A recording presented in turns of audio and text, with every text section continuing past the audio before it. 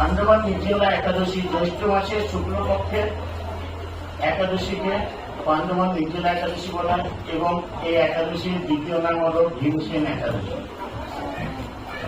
এ হল 7 জুন শনিবার ব্রহ্মমুহূর্ত থেকে এই একাদশী পালন করবেন এবং 8 জুন সকাল 5টা 24 থেকে 7টা 20 পর্যন্ত একাদশী পালনের সময়। একাদশী পালনের সময় হয়তো অনেকজন আমাকে বলেছে এবং আমি বলতে চাই, এটা আমাদের কোনটা ক্যালেন্ডারের মধ্যে আলাদা আলাদা সব জায়গার স্থান দেওয়া থাকে। আমাদের কোনটাখানে বৈষ্ণব মতে যে ক্যালেন্ডার আছে তাতে টাইম হলো পালনের টাইম 5টা 24 থেকে 7টা 20 পর্যন্ত। পালনের টাইমে পালনও অবশ্যই করবেন, না হলে আপনার একাদশী রাখার কোনো লাভ নাই। এরপরে হলো একাদশী করার আগের দিন মানে দশমীর দিন সন্ধ্যাবেলায় মানে 7 জুন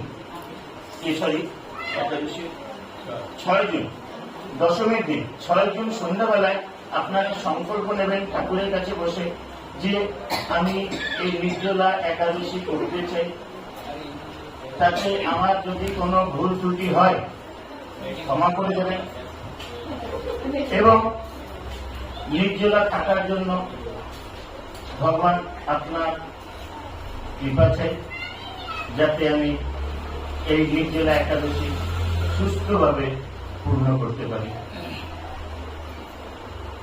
এই একাদশী বছরের 24টা একাদশী থেকে সব থেকে বড় একাদশী।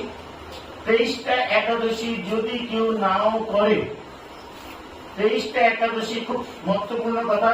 এইটাই খালি রিমাইন্ডার দেওয়ার জন্য আজকে আমি একাদশী কথাটা বলতেছি, কারণ আমার ইউটিউবে আছে একাদশী কথাটা দিতে, এই নির্জলা একাদশী কথা। তাও আমি রিমাইন্ডার দিচ্ছি, 23টা একাদশী কেউ যদি না করে থাকে বা কোনো একাদশীতে ভুল ত্রুটিতে একাদশী ভেঙে গেছে, যদি এই নির্জলা একাদশী আপনারা করেন তো বছরের 24টা একাদশী না করলেও একটা একাদশী করলেও আপনার সম্পূর্ণ লাভ পাবেন। ব্যাসদেব ভীমসেনকে বলেছেন, ভীমসেন কি খুব খিদা পেটে জ্বালা থাকে, সবসময় না খেয়ে থাকতে পারে না, তো তখন সে বলেছে আমি একাদশী তো থাকতে পারি না, কিন্তু আমি কি করব যাতে আমি বৈকুণ্ঠম যেতে পারি। তখন ব্যাসদেব উনি বললেন যে তুমি একটা পাণ্ডবান নির্জলা একাদশী করো, এই একটা একাদশী করলে তোমার 24টা একাদশী সম্পূর্ণ লাভ হবে এবং তুমি বৈকুণ্ঠম যেতে পারবে এবং তোমাকে কোনো সময় যমদূত নিয়ে যেতে পারবে না, বিষ্ণুদূত এসে তোমাকে নিয়ে যাবে। এবং আপনাদেরকে বলে দিই, একটা মালা করলে 100তম গুণা লাভ পাওয়া যায়। এই একাদশীর দিন যদি আপনি একটা মালা করবেন তো 100টা লাভ পাবেন, তো 16টা মালা যারা করেন তারা 1600 মালার লাভ পাবেন এই একাদশীর দিন এবং অষ্টমীদের লাভ পাবেন। এবং আপনারা যদি ভিখারিকে 1 টাকা দান করেন সেদিনকে তো 100 টাকার লাভ পাবেন। 1 টাকা দান করলে 100 টাকা, 100 টাকা দান করলে কত হবে তার 100 গুণ, সব জিনিসের 100 গুণ লাভ পাবেন। তো এই একাদশী কোনো সময় ছাড়বেন না, সবসময় এই একাদশীটা অবশ্যই করবেন। সব থেকে বড় কথা, একটা একাদশী করে যদি আমি বৈকুণ্ঠম যাই এবং আমার জীবনে আজ পর্যন্ত যত সব আমি ভুল ত্রুটি করেছি সেই ভুল ত্রুটি থেকে মার্জনা হয়ে আমি যদি বৈকুণ্ঠম যেতে পারি তো তাহলে আমি এই একাদশীটা কেন করব না। আপনারা সবাই যদি মন দিয়ে একটা সংকল্প নেন যে হ্যাঁ আমরা এই নির্জলা একাদশী করবো, মানে করবই। সবাই একবার হাত তুলে বলি হরে কৃষ্ণ কৃষ্ণ কৃষ্ণ হরে হরে, হরে রাম রাম রাম হরে হরে। এবার আমি জিজ্ঞেস করতে চাই নির্জলা একাদশীর ব্যাপারে কাউ যদি কোনো প্রশ্ন থাকে আমাকে জিজ্ঞেস করতে পারে, আমি সম্পূর্ণ উত্তর দেবো। নির্জলা একাদশী কবে দেখেন, এর মধ্যে সায়েন্স কি বলে, প্রশ্ন জিজ্ঞেস করবেন, উত্তর আমি অবশ্যই দেবো। নির্জলা একাদশী মনে সংকল্প নিয়ে আপনি নামেন কাজে। মাঝ রাস্তায় আপনার মনে হচ্ছে যে আপনার শরীর খারাপ হতে চলেছে, আমোচন করবেন। আমোচন কাকে বলে? মুখে জল নিয়ে কুলাকুলি করে ফেলে দেওয়া, তাকে বলা হয় আমোচন। তারপরে যদি না হয়, দিনে 3 বার তো স্নান করবেনই, ব্রহ্ম মুহূর্তে, দুপুরবেলায়, সন্ধ্যাবেলায়, তাতে শরীরে জলের তৃষ্ণা কম হবে। তৃতীয়, তারপরে যদি না পাই হরে কৃষ্ণ মন্ত্র বলে ঠাকুরের কাছে ক্ষমা প্রার্থনা করে 1 চামচ জল খাবেন। তারপরে যদি না হয় হরে কৃষ্ণ মহামন্ত্র করে 1 গ্লাস জল খাবেন। চেষ্টা করবেন, যতটা পারবেন আপনি সেরকম ভাবে যাবেন। তারপরে না হলে একদিনকে উপাস থাকলে মানুষ মরে যায় না, সে হসপিটালে যাবে, অজ্ঞান অবস্থায় হসপিটালে যাবে, তাকে স্যালাইন পুশ হবে, কিন্তু মুখ দিয়ে তো জল নেবে না। আপনার প্রশ্নের উত্তর ঠিক কি সঠিক?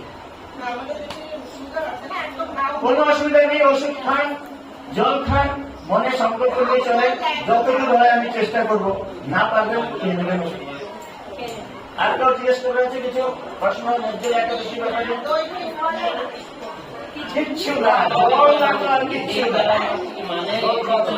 দেখেন, পারণের সময় একটা কথা বলে দিচ্ছি, কি হয় যে মানুষ উপাস থেকে সবসময় মনে থাকে যে আরে জলটা কখন খাবো, কতটা টাইম হয়েছে, আরে এতটা 9টা বেজে গেল, 11টা বেজে গেল, 10টা বেজে গেল, এখন যে কিছু খাইনি, আরে জল কখন খাবো, মুখটা শুকিয়েছে কখন খাবো। আমি গতবারে নির্জলা একাদশী করেছি, আমি নতুন মন্দিরে এসে শুরু করেছি, যখন জেনেছি নির্জলা একাদশী কেমন হয় আমি অবশ্যই করেছি। আর করার পরে আমাকে মনে শান্তি হয়েছে। এবং আমি একটা কথা বলতেছি, ঠাকুরের সাথে কথা বলবেন, ঠাকুর কথা বলবে, ঠাকুরের সাথে কথা বলবেন, ঠাকুর কথা বলবে, কিন্তু আপনি হয়তো কখন যে কোনো কথা বলে চলে যাবে, আপনি পরে বুঝতে পারবেন আরে ঠাকুর তো আমাকে এই আদর দিয়েছে। আচ্ছা, আমার সারা জীবন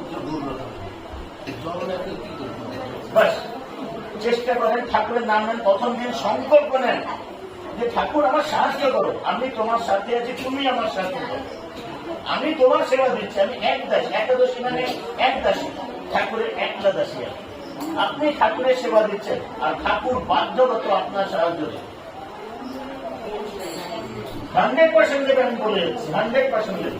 উদাহরণ অনেক কিছু আছে, আমার নিজের ব্যাপারে আমি বলতেছি, কিন্তু আমি বলবো না, অনেক লম্বা, অনেক আছে ভক্তরা, আমি বেশি লম্বা টানবো না। কারো কিছু প্রবলেম থাকলে আমাকে জিজ্ঞেস করবেন, আমি অবশ্যই বলবো, বলেন।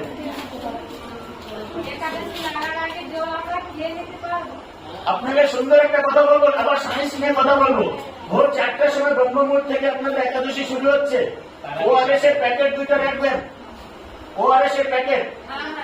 ভোরবেলায় 3টার সময় যত পারেন জল খান আর ORS এর প্যাকেট গুলো খেয়ে নেন। আপনার 24 ঘন্টায় জলের পিপাসা কম হয়ে যাবে, ইউরিন লাল হবে, কিন্তু চিন্তা করবেন না, সকালে সব ঠিক হয়ে যাবে।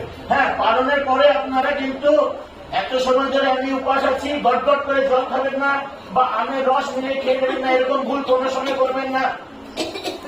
লেবু দিয়ে, হালকা নুন দিয়ে কম করে শরবত খাবেন পরের দিন সকালে, বা দই খাবেন বা ছাঁচ খাবেন, কিন্তু ধীরে ধীরে করে খাবারটা বাড়াবেন। হট করে খাবার খেলে তখন ওই মন্দিরের কাছে আসতে পারবেন না, বারবার বাথরুমে যাবে।